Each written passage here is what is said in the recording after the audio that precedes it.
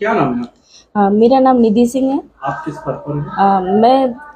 बाल कल्याण समिति द्वारा सपोर्ट पर्सन नियुक्त हूँ पीड़ित बालिकाओं के लिए। और 2017 में जो जी, एक प्रकरण सामने आया था उसका जो आप पिटिशनर हैं, क्या पूरा प्रकरण था और अब क्या जरूरत पड़ी कि वो पिटिशन डालें? 2017 में जो प्रकरण हुआ था वो बहुत ही चर्चित था और बहुत ही हाईलाइट मामला था, जिसमें पॉक्सो एक्ट के अंतर्गत, आईपीसी के अंतर्गत और व्यापारिक देह व्यापार अधिनियम के अंतर्गत अन्य धाराओं में मुकदमा पंजीकृत हुआ था, जिसमें आरोप पत्र प्रस्तुत हुआ था और विशेष न्यायालय के समक्ष प्रस्तुत किया गया था पॉक्सो एक्ट के अंतर्गत, जिसमें कई लोगों को छोड़ दिया गया था और कई लोग जो है सजा आजीवन कारावास जिनको मिली हुई थी। इस प्रकरण में विशेष तौर पर ये सामने आया था कि आदेश के पैरा 72 में दिया गया था कि पुलिस द्वारा पीड़िता और जो सेक्स रैकेट की जो सरगना थी, उसने उस दोनों के मोबाइल जो है वो जब्त किए गए थे, लेकिन उसकी कॉल डिटेल्स जो है वो किसी भी तरह से लिखित रूप से नहीं बताई गई थी। और जिसमें कई सफ़ेद पोशाक वाले जो व्यक्ति हैं जो छुपे हुए हैं, वो कई लोग हैं, जिसमें बड़े बड़े लोग भी हैं,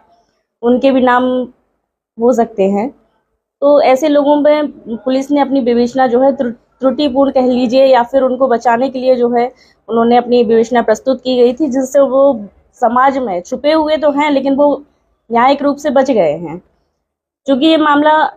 नाबालिग बच्चों का है और मेरा मानना है कि हम लोग सभी जानते हैं कि हम सभी के घर में छोटे बच्चे होते हैं, सभी के घर में होते हैं। तो बच्चों को एक भय मुक्त जो वातावरण है वो हम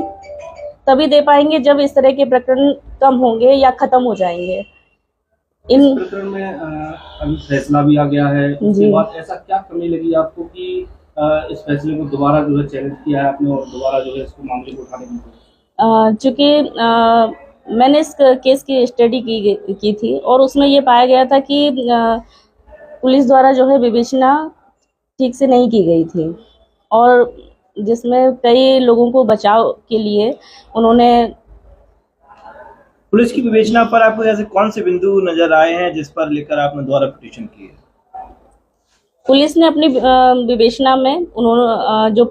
मोबाइल कॉल डिटेल्स के बारे में मैंने पहले भी बताया है कि कॉल डिटेल्स जो हैं वो प्रस्तुत नहीं किए हैं। इसमें पीड़ित बालिका का भी मोबाइल उन्होंने जब्त किया था और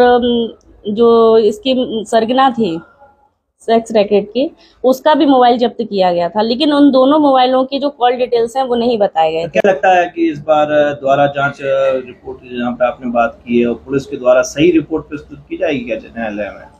आशा तो मैं यही करती हूँ कि उन्हें सही और निष्पक्ष जांच करनी चाहिए और इस मामले को पुनः जांच प्रक्रिया शुरू करनी चाहिए, ताकि जो भी व्यक्ति हमारे आसपास जिनको हम जानते भी नहीं है और वह यह कृत्य निरंतर किए जा रहे हैं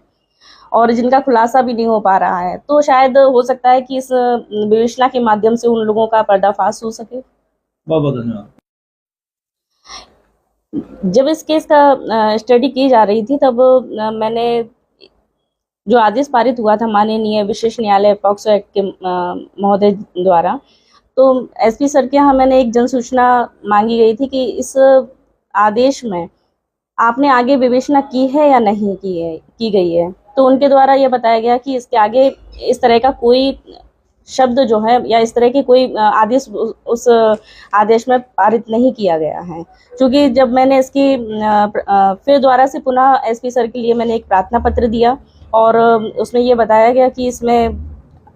माननीय न्यायालय द्वारा यह आदेश किया गया था 72 पैरा, जैसे कि मैं पहले भी बता चुकी हूँ कि पैरा नंबर 72 में कि पुलिस द्वारा इसकी विवेचना आगे की जाए। तो उन्होंने इसके ऊपर कार्रवाई नहीं की, जिस वजह से मुझे माननीय न्यायालय पॉक्सो एक्ट की शरण लेनी पड़ी और मैंने इस बात को प्रस्तुत किया है। और मेरा मानना यह है कि समाज के जो जातीय और धार्मिक भेदभाव को एक तरफ रखते हुए बच्चों की सुरक्षा को देखते हुए और इस तरह का माहौल बच्चों को देने के लिए कि वह वहाँ सुरक्षित रहें, अपने आप को सेफ समझें, क्योंकि बच्चे आपके हों या मेरे हों, हम सबके बच्चे हैं और हमारे देश का भविष्य भी है। तो इसके लिए मैंने ये कदम उठाया है। है।